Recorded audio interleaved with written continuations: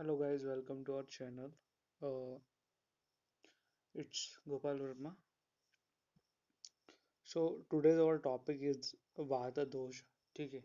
Generally हमारी body में हम सब जानते हैं कि तीन दोष होते हैं.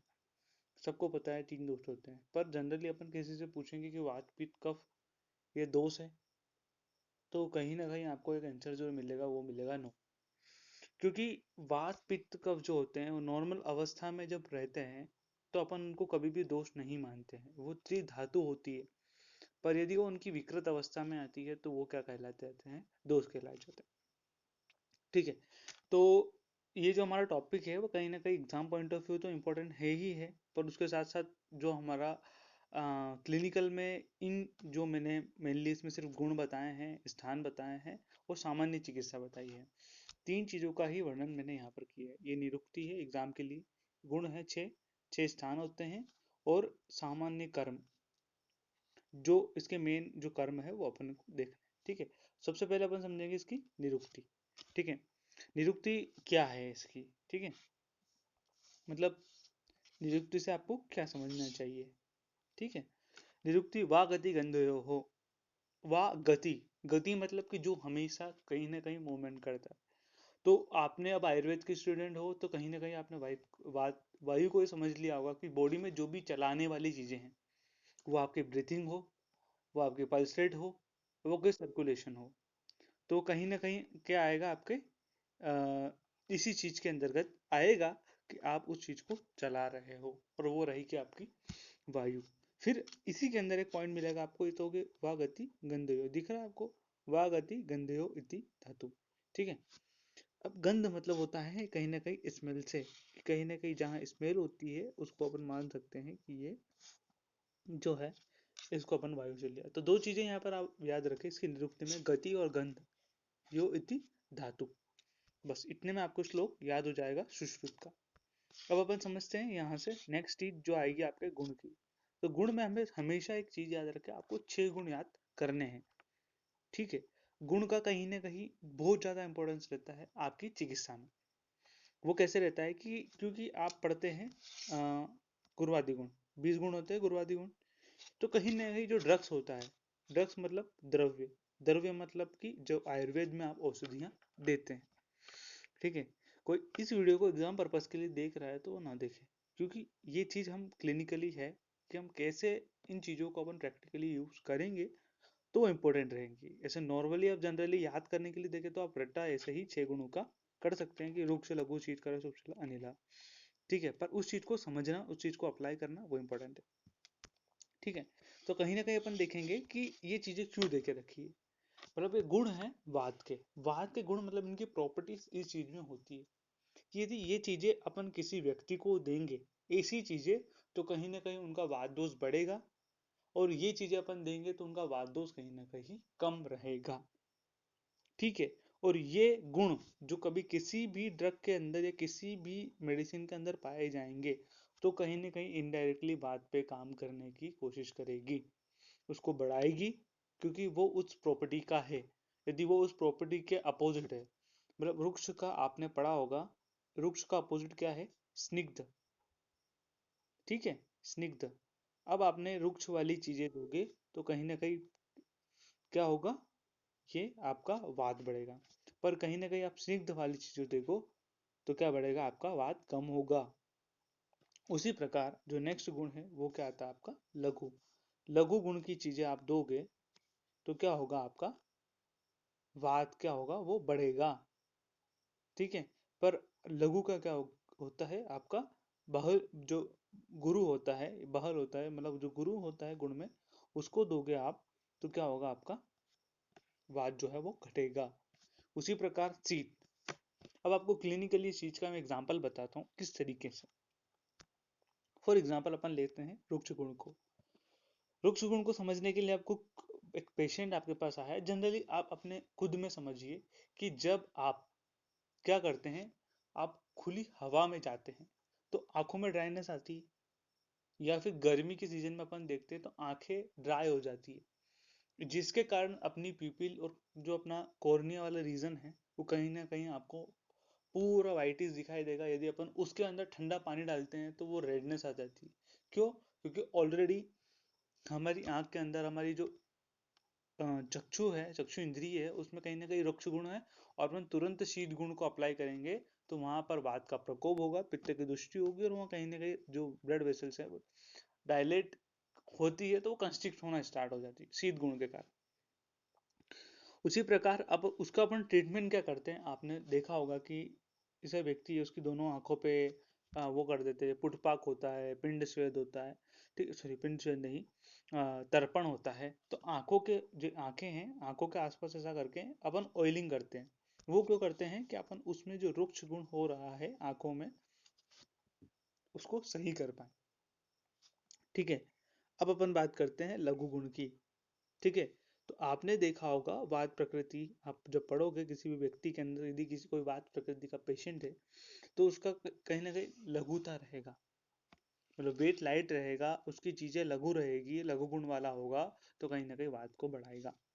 शीत गुण, शीत गुण से वात कैसे बढ़ता है? ठीक है। तो जब आप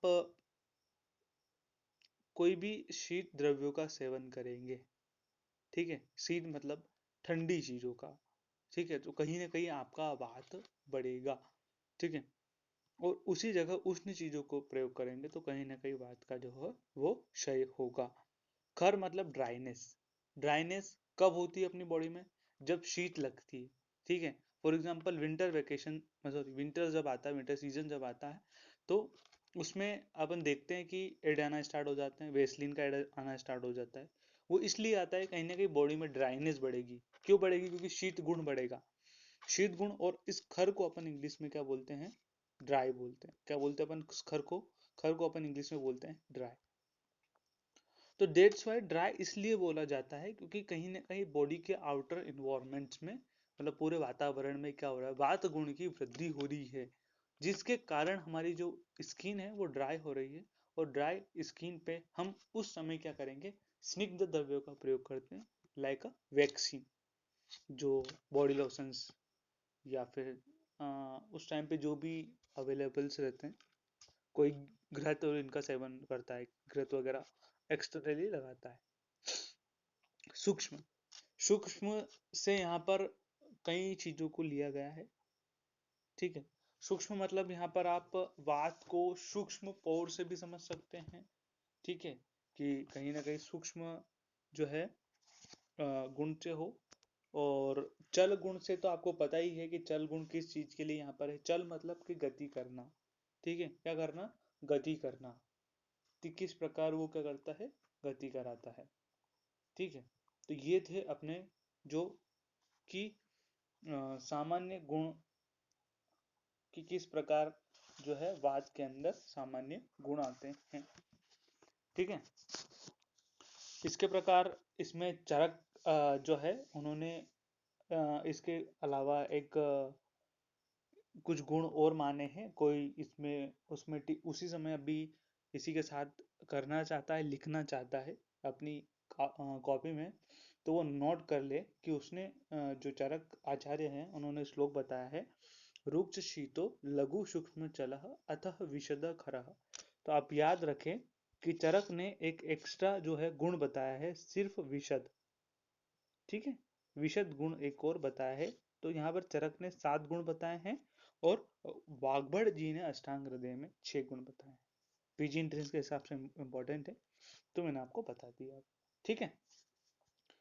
अब बात करते हैं अपन। अब अपन ने समझ लिया कि कोई पेशेंट आया, उसके अंदर ये गुण पाए जाएंगे, रुक्ष पाया जाएगा, लघु है, वो शीत है, शीत इन्वायरमेंट है, या शीत कहीं ना कहीं उसने सेवन किया है, कहीं ना कहीं शीत गुण का कहीं ना कहीं उसके अंदर आ रहा है। आप शीत, खर, सूक्ष्म, चला, इन जो 6 गुणों के अंदर आप जाइए अपने द्रव्य गुण की बुक में जब आओगे, या फिर पदार्थ की बुक में आप जाइए द्रव्य गुण में, और वहां पर इस चीज को डिटेल में पढ़िए, कहीं ना कहीं आपको क्लू मिलेगा।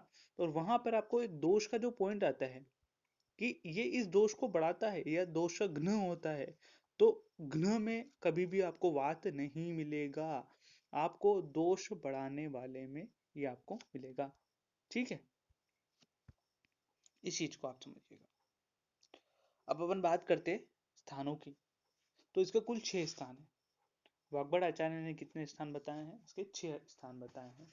तो आपको इजी रहेगा याद करने में कि वात के 6 गुण होते हैं और 6 ही स्थान होते हैं। ठीक है, अब बात करते हैं इसके श्लोक की। तो श्लोक अभी ही याद कर ले मेरे साथ ही, मैं बोलता जा रहा हूं, आपको याद करते जाना है। पक्वाशय, कटि, शक्ति, श्रोत्र, अस्थि, स्पर्श, स्पर्श इंद्रिय, स्थानम वातस्य तत्रापि पक्वादानम विशेषता। कैसे याद करना है वो मैं आपको बता देता हूँ। पहले आप इन चीजों को मॉडर्न में समझ लिए कि मॉडर्न साइंस में इनको बोलते क्या है। ठीक है, फॉर एग्जाम्पल पक्वाशय को जो क्या कहते हैं, सॉरी, पक्वाशय को अपन कहेंगे पक्वाशय, और ये हो गई अपनी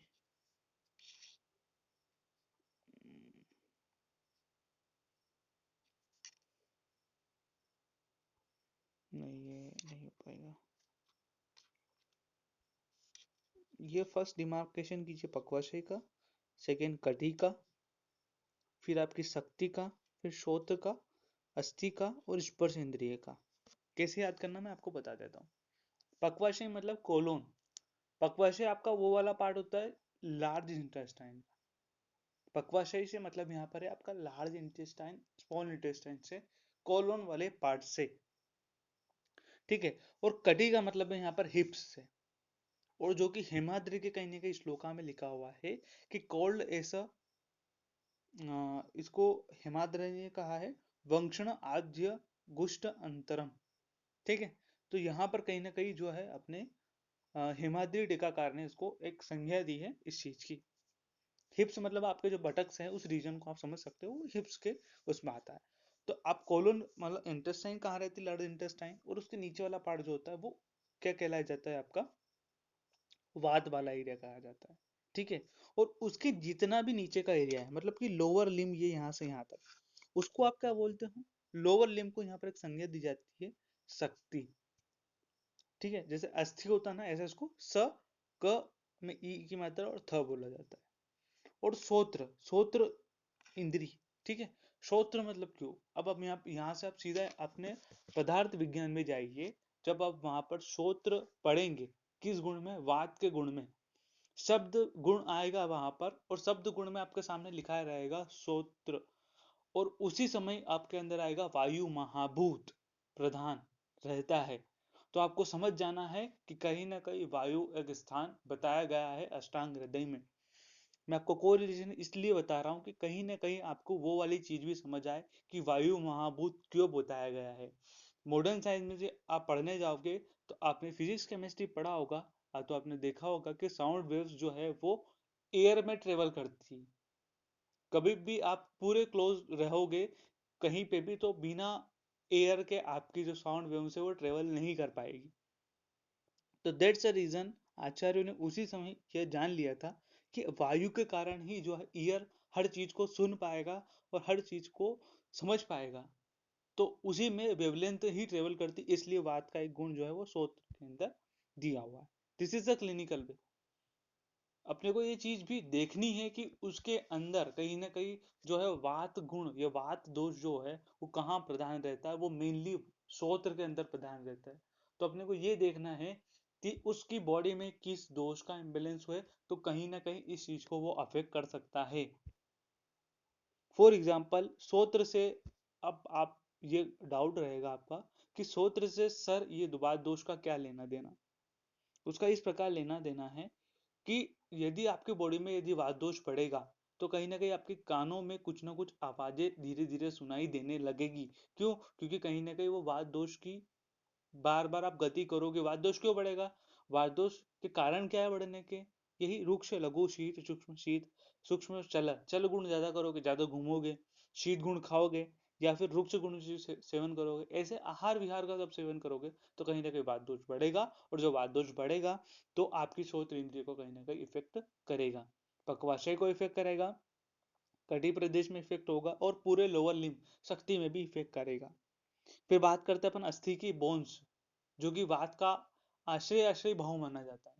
आश्रय भाव इन द सेंस कि कहीं ना कहीं जब वात बढ़ेगा तो अस्थि कम होगी, और अस्थि बढ़ेगा तो वात, दोनों की चिकित्सा एक साथ नहीं कर सकते। दिस इज द आश्रय आश्रय भाव। और वात जो है वो अस्थि का मेन स्थान है, क्योंकि होलो ऑर्गन जो बनाने का काम करता है वो वात का काम है। इस चीज को भी आप समझिएगा। ठीक है। फिर आपका आता है स्पर्श इंद्रिय। तो स्पर्श इंद्रिय में अब आप जाओगे, जब वायु महाभूत प्लस जो महाभूत है एक उसके साथ में, उसको आप देखिएगा, दोनों ही जो है रहेंगे, इसके अंदर आपके अंदर पाए जाएंगे पदार्थ विज्ञान। आपने देखा होगा, वायु महाभूत का एग्जांपल आपको बता, स्पर्श इंद्रिय में एग्जांपल बता देता हूँ, कि जैसे आपको आपने एयर जब बहुत ज्यादा ठंडी एयर आती है तो आपको बूज बम्स आने लगते हैं। क्यों आने लगते हैं? कहीं ना कहीं आपको चीजों का सेंसेशन होने लगता है। ठंडा और गर्म दूर से ही क्यों सेंसेशन हो जाता है? क्योंकि कहीं ना कहीं वो उस एयर में आपको फील हो रहा है। अब दोनों के बीच में एयर नहीं होते हुए ग्लास रहेगा तो क्या आपको उस चीज का रहेगा क्या? तो नहीं रहेगा। ठीक है। तो this is the way we can understand the things. जो बच्चे एग्जाम पॉइंट ऑफ व्यू इसको देख रहे हैं उनको मैं याद करवा देता हूँ, पकवाशय में भी वह आ रहा है, तो आपको वाद याद रखना है। ठीक है। पकवाशय के व से आप इसको यहाँ पर याद रखें। इसके गुणों को कैसे याद करना वो देखिए, पकवाशय के व से आप याद रखें, है ना। कटी का जो, आप इसको क को हटा के समझिए वह है, वटी है, जो कि अपन गोली देते हैं, तो पकवाशय के बाद में आधा व को पूरा व बना के कटी लिख दीजिएगा। फिर शक्ति लिखिएगा, याद रखिएगा कि कहीं ना कहीं शक्ति और अस्थि इसके अंदर आती है। शक्ति लिखिएगा, है ना। और उसके बीच में क्या करेंगे, उसमें गैप दीजिए। ठीक है। और शक्ति और अस्थि, अस्थि दोनों साथ में लिखिए एक सिमिलर वर्ड के साथ में, और बीच में लिख दिए सोत्र। ठीक है। और दोनों का स्पर्श कराने का काम कौन करता है? स्पर्श इंद्रिय। इसी के साथ आपके जो छह है, वो छह के छह आपको गुणों को आप याद कर सकते हो। ठीक है। स्थानम वातस्य, अब इसके आगे सिर्फ ये लिखना कि ये जो स्थान होते हैं, तत्रापि पक्वाधना विशेषता, इसमें पक्वाशय जो है वो मेन स्थान वात का माना जाता है, इसलिए बस्ती कर्म किया जाता है। ठीक है। मेनली अब अपन समझते हैं सामान्य कर्म। सामान्य कर्म में आता है तमचर उत्साह उच्छ्वास निश्वास चेष्टा वेग प्रवर्तन समगत्या धातुनाम अक्षाणाम पाठ्यमेन च अनुग्रहणम अविकृतम। अब इस चीज को समझाने के लिए मैं 1 घंटा भी लूँ ना तो कम है। क्यों? क्योंकि ये चीज ही इतनी इंपॉर्टेंट है। मतलब बिना इसके आप कुछ समझ नहीं सकते हो, कुछ कर नहीं सकते हो। उत्साह मतलब एंथुसियाज्म। उत्साह आप उस चीज को भी कह सकते हो जिसमें आपको कॉन्शियसनेस बनी रहे। उत्साह आप उस चीज को भी कह सकते हो जो आप दो पेशेंट के बीच में डिफरेंशिएट कर सके। एक पेशेंट ऐसा आएगा कि आप उसको देखोगे तो आपको लगेगा कि नहीं, इसका अपीयरेंस ऐसा है कि इसको कोई ज्यादा प्रॉब्लम नहीं है। और उसी के साथ एक पेशेंट ऐसा आएगा जो बिल्कुल डल रहेगा। You can differentiate in that. आप अपनी फैमिली में दो पर्सन को डिटेक्ट करते हैं। अपन भी किसी, अपन जनरली किसी फ्रेंड्स को देख के ये बता सकते हैं कि तेरी तबीयत खराब है क्या। वो कैसे करते हैं? क्योंकि उसका फेस जो होता है वो जनरली जो रोज अपने से जो हंस के मिलता है, बिल्कुल गले लगता है, बात करता है, कुछ मस्ती करता है, वो एक दिन आके जस्ट अपने पास बैठ के वो सिर्फ ऐसे ही बैठा रहेगा, कुछ नहीं करेगा, वो लगा नहीं कुछ मत कर, मेरे को प्रॉब्लम आ रही। तो दैट इज उत्साह। और वो कौन बनाता है अपनी बॉडी में? वो बनाता है वायु। वायु उसका मेन कर। उच्छ्वास निश्वास। उच्छ्वास कहीं ना कहीं इंस्पायरेशन से लिया गया है, और निश्वास कहीं ना कहीं इनहेलेशन और एक्सहेलेशन, दोनों प्रोसेस आपको अच्छे से पता है, फिजियोलॉजी पढ़ रहे हो तो। और ये श्लोक जो है फिजियोलॉजी में दोनों काम आते हैं, अष्टांग हृदय के साथ साथ आपको फिजियोलॉजी में भी ये काम आएंगे। न्यू सीसीएम के हिसाब से कहीं ना कहीं आपको एक एक चीजों का डिफरेंशिएशन पूछ सकते हैं कि ये कब है, ये कहाँ है, पीजी एंट्रेंस के हिसाब से भी। ठीक है। उच्छ्वास निश्वास चेष्टा वेग प्रवर्तन। चेष्टा वेग प्रवर्तनम। चेष्टा, चेष्टा यहाँ पर एक्टिविटीज से है। मैंने आपको बताया कि एक अपना पेशेंट है और दूसरा पेशेंट है जो अपने पास आने से पहले, मतलब जब अपन कॉरिडोर में बैठा है या फिर अपनी गेट से जब एंट्री कर रहा है तो स्माइल कर रहा है, गेट को प्रॉपरली क्लोज कर पा रहा है, उसको किसी चीज की जरूरत नहीं है। वो अपन ने उसको पानी पीने के लिए हो तो उसने प्रॉपर करा। पर एक पेशेंट आया जिसको कोई पकड़ को लेके आएगा और अपन उसको बोलेंगे पानी पी, तो उसको कोई दूसरा हाथ पकड़ के और पानी पिलाने की कोशिश करेगा। तो कहीं ना कहीं उसके अंदर चेष्टा जो एक्टिविटीज है वो कम है, वात दोष जो है वो कहीं ना कहीं कम है, या वात दोष प्रॉपर वर्किंग नहीं कर रहा है। तो चेष्टा वेग प्रवर्तने, वेग प्रवर्तन करना मतलब कहीं ना कहीं उसके जो भी स्टूल पास करना, मिचुरेशन करना, स्वेटिंग, जो भी जो भी एक्सटर्नल बॉडी जो भी निकलता है, अर्जेस जितने भी होते हैं, नेचुरल अर्जेस को निकालना, वेग प्रवर्तन का काम। जम्बाई लेना भी एक वेग प्रवर्तन, ठीक है। ये जितने भी वेग हैं इन सबको प्रॉपर एक उसमें करना, तो ही आपका काम हो सकता है। ये जनरली स्टूल और मेच्योरेशन का अपने को पता है कि ये होते हैं, ये नेचुरल है, तो इन चीजों को भी करना। कहीं ना कहीं मिचुरेशन करने पे भी मतलब आप यूरिन कर रहे हो, यूरिनेशन के दौरान आपको दर्द होना या फिर प्रॉपर नहीं हो पाना, this is the main problem of the वात दोष। कहीं ना कहीं आपकी पेशेंट आ जाएगा आपका पास, आपको मिचुरेशन में प्रॉब्लम है, तो कहीं ना कहीं उसका वात दोष अफेक्टेड है। अब मैं यहाँ से बैठे बैठे नहीं कह सकता हूँ कि वात दोष अफेक्टेड है, क्योंकि अपने को उसकी संप्राप्ति देखनी पड़ेगी कि कहीं ना कहीं दूसरा दोष इन्वॉल्वमेंट है कि नहीं, पर अपन उसमें वात दोष का इन्वॉल्वमेंट मान सकते हैं, क्योंकि अपन जब आगे आने वाला है, अपन जब अपान वायु पढ़ेंगे तो उसमें पूरा प्रॉपर समझेंगे कि अपानो अपांग, ठीक है। उसका श्लोक सुनिए आप। अपानो अपांग शोणी बस्ती मेड्र उरु गोचर शुक्र आर्तव स्कृत मूत्र गर्भ निष्क्रमण क्रिया। इसमें क्लियरली लिखा गया कि अपान वायु जो होती है वो अपान प्रदेश में, मतलब कि ये जो नीचे वाला जो पोर्शन है ना अपना, यहाँ रहती है। कहाँ रहती है? ये जो आपका नीचे वाला पोर्शन जो है, इंग्वानल रीजन, वहां पर आपके अपान वायु रहती है, जो कि आपकी शुक्र को निकालने का काम करती है, सीमेन को निकालती है, आर्तव को निकालती है, ठीक है, और मेंस्ट्रुएशन ब्लड को निकालती है। उसके बाद आपके मल को निकालने का काम करती है, आपके मूत्र को निकालने का काम करती है, आपके गर्भ को निकालने का काम करती है। तो कहीं ना कहीं इतने काम सिर्फ एक अपान वायु करती है। तो जब आपके ये जो नेचुरल अर्जेस है ये ना निकले या डिफिकल्टी हो, तो कहीं ना कहीं आपकी वायु दूषित है। अब उसमें कौन सी वायु दूषित है? तो वो अपान वायु दूषित है। पर एक वायु का काम है अच्छे से प्रॉपर रोज स्टूल पास कराना, बिल्कुल उसकी जो फॉल्स है वो सब निकालना, सारे काम करना। सम्यक गत्वा च धातूनाम अक्षाणाम पाठवेन च। अब मैंने इसको डिफरेंशिएट करके लिखने था पर मैंने लिखा नहीं।